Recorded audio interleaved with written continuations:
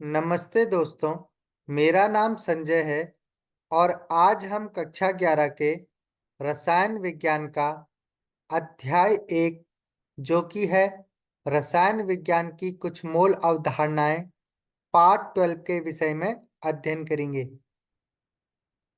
इस वीडियो में हम जो टॉपिक पढ़ने वाले हैं वो इस प्रकार हैं: मोललता एवं सारांश। तो सबसे पहले हम समझ लेते हैं कि मोललता क्या होती है। इसे 1 केजी विलायक में उपस्थित विलेय के मोलों की संख्या के रूप में परिभाषित किया जाता है। यानी हम कह सकते हैं कि 1 केजी विलायक में उपस्थित विलेय के मोलों की संख्या को विलयन की मोललता कहा जाता है और इसे स्मॉल m द्वारा प्रदर्शित किया जाता है। अतः मोललता बराबर होगा विलेय के मोलों की संख्या डिवाइडेड बाई विलायक का द्रव्यमान केजी में। अब हम एनसीईआरटी का उदाहरण 1.8 देख लेते हैं। 3m NaCl विलयन का घनत्व 1.25 ग्राम ml इनवर्स है। इस विलयन की मोललता का परिकलन कीजिए। अब यहाँ पर हमें जो मोल है वो 3 मोल हमें यहाँ पर दिए गए हैं और हमें ज्ञात है कि मोल बराबर होता है विलेय का ग्राम में भार डिवाइडेड बाय विलेय का अणुभार। तो इस प्रकार विलेय का जो द्रव्यमान होगा वो अणुभार और मोल के गुणा के बराबर होगा। इस प्रकार से 1 लीटर विलयन में NaCl का जो द्रव्यमान होगा वो मोल और NaCl के अणुभार के गुणा के बराबर होगा। तो इस प्रकार 3 मल्टीप्लाई बाई 58.5 करेंगे तो 1 लीटर विलयन में NaCl का जो द्रव्यमान होगा वो 175.5 ग्राम प्राप्त हो जाएगा। ठीक इसी प्रकार 1 लीटर विलयन का जो द्रव्यमान होगा वो 1 लीटर विलयन का उसके घनत्व से गुणा के बराबर होगा। तो यहाँ पर 1 लीटर विलयन में 1000 ml होते हैं और घनत्व यहाँ पर 1.25 ग्राम ml इनवर्स दिया है। तो इस प्रकार विलयन का द्रव्यमान 1250 ग्राम प्राप्त हो जाएगा। अब विलयन में जो जल का द्रव्यमान होगा वो विलयन के द्रव्यमान में से विलेय के द्रव्यमान को घटाने पर विलायक का द्रव्यमान 1074.5 ग्राम यहाँ पर प्राप्त हो जाएगा। अब मोललता बराबर होगा विलेय के मोलों की संख्या डिवाइडेड बाय केजी में विलायक का द्रव्यमान। विलेय के मोलों की संख्या हमें 3 मोल प्राप्त हैं और केजी में विलायक का द्रव्यमान हमें 1.0745 केजी प्राप्त है। तो इस प्रकार दोनों को डिवाइड करने पर यहाँ पर विलयन की जो मोललता है वो 2.79 प्राप्त हो जाती है।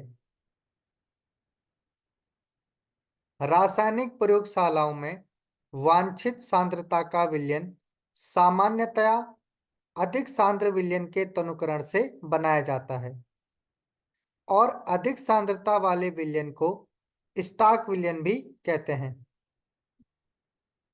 ध्यान रहे कि विलयन की मोललता तापमान के साथ परिवर्तित नहीं होती है और इसका कारण ये है कि जो द्रव्यमान होता है वो तापमान से अप्रभावित रहता है। यही कारण है कि विलयन की जो मोललता होती है ये तापमान के साथ परिवर्तित नहीं होती है। अब हम देख लेते हैं सारांश। रसायन विज्ञान का अध्ययन बहुत महत्वपूर्ण है क्योंकि यह जीवन के सभी पहलुओं को प्रभावित करता है। रसायनज्ञ पदार्थों की संरचना, गुणधर्मों और परिवर्तनों के बारे में अध्ययन करते हैं। सभी पदार्थ द्रव्य द्वारा बनते हैं। वे 3 भौतिक अवस्थाओं ठोस, द्रव और गैस के रूप में पाए जाते हैं। इन तीनों अवस्थाओं में घटक कणों की व्यवस्था भिन्न होती है। इन अवस्थाओं के अभिलाक्षणिक गुणधर्म होते हैं। द्रव्य को तत्वों, यौगिकों और मिश्रणों के रूप में भी वर्गीकृत किया जा सकता है। किसी तत्व में एक ही प्रकार के कण होते हैं जो परमाणु या अणु हो सकते हैं। जब दो या दो से अधिक तत्वों के परमाणु निश्चित अनुपात में संयुक्त होते हैं तो यौगिक प्राप्त होते हैं। मिश्रण प्रचुर मात्रा में पाए जाते हैं और हमारे आसपास उपस्थित अनेक पदार्थ मिश्रण हैं। जब किसी पदार्थ के गुणधर्मों का अध्ययन किया जाता है तब मापन आवश्यक हो जाता है। गुणधर्मों को मात्रात्मकतः व्यक्त करने के लिए मापन की पद्धति और मात्रकों की आवश्यकता होती है जिनमें राशियों को व्यक्त किया जा सके। मापन की कई पद्धतियां हैं जिनमें अंग्रेजी पद्धति और मीट्री पद्धति का उपयोग विस्तार में किया जाता है, परंतु वैज्ञानिकों ने पूरे विश्व में एक जैसी पद्धति, जिसे एसआई पद्धति कहते हैं, का सर्वमान्य प्रयोग करने की सहमति बनाई। क्योंकि मापनों में आंकड़ों का जो रिकॉर्ड करना पड़ता है और इसमें सदैव कुछ न कुछ अनिश्चितता बनी रहती है, इसलिए आंकड़ों का प्रयोग ठीक से करना बहुत महत्वपूर्ण है। रसायन विज्ञान में राशियों के मापन में 10⁻³ से 10⁻23 जैसी संख्याएं आती हैं। इसलिए इन्हें व्यक्त करने के लिए वैज्ञानिक संकेतन का उपयोग किया जाता है। प्रेक्षणों में सार्थक अंकों की संख्या को बताकर अनिश्चितता का ध्यान रखा जाता है। विमीय विश्लेषण से मापी गई राशियों को मात्रकों की एक पद्धति से दूसरे पद्धति में परिवर्तित किया जा सकता है। अतः परिणामों को एक पद्धति के मात्रकों से दूसरी पद्धति के मात्रकों में परिवर्तित किया जा सकता है। विभिन्न परमाणुओं का संयोजन रासायनिक संयोजन के नियमों के अनुसार होता है। ये नियम है द्रव्यमान संरक्षण का नियम, स्थिर अनुपात का नियम, गुणित अनुपात का नियम, गैलुसेक का गैसीय आयतनों का नियम और अवोगाद्रो का नियम। इन सभी नियमों के परिणाम स्वरूप डाल्टन का परमाणु सिद्धांत प्रस्तुत हुआ, जिसके अनुसार परमाणु द्रव्य के रचनात्मक खंड होते हैं। किसी तत्व का परमाणु द्रव्यमान कार्बन के 12 कार्बन समस्थानिक के सापेक्ष व्यक्त किया जाता है। आमतौर पर किसी तत्व के लिए प्रयोग किया जाने वाला परमाणु द्रव्यमान वह परमाणु द्रव्यमान होता है जिसे सभी समस्थानिकों का प्राकृतिक बाहुल्यताओं को ध्यान में रखकर प्राप्त किया जा सके। किसी अणु में उपस्थित विभिन्न परमाणुओं के परमाणु द्रव्यमानों के योग द्वारा आणविक द्रव्यमान ज्ञात किया जा सकता है। किसी यौगिक का अणुसूत्र इसमें उपस्थित विभिन्न तत्वों के द्रव्यमान प्रतिशत को और आणविक द्रव्यमान को निर्धारित करके परिकलित किया जा सकता है। किसी निकाय में उपस्थित परमाणु, अणु या अन्य कणों की संख्या को अवोगाद्रो स्थिरांक के रूप में व्यक्त किया जा सकता है।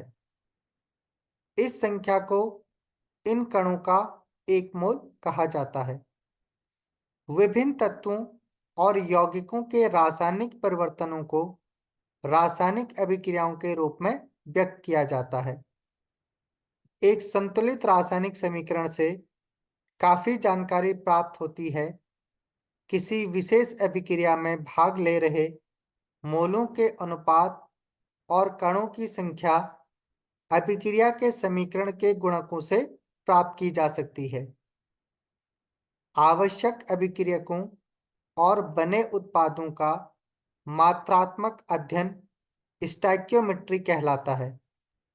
स्टोइकियोमेट्रिक परिकलनों से किसी उत्पाद की विशिष्ट मात्रा को प्राप्त करने के लिए आवश्यक अभिक्रियकों की मात्रा या इसके विपरीत निर्धारित किया जा सकता है। दिए गए विलयनों के आयतन में उपस्थित पदार्थ की मात्रा को विभिन्न प्रकार से प्रदर्शित किया जाता है। उदाहरण के लिए द्रव्यमान प्रतिशत, मोल अंश, मोलरता तथा मोललता। तो ये इस पाठ का सारांश था।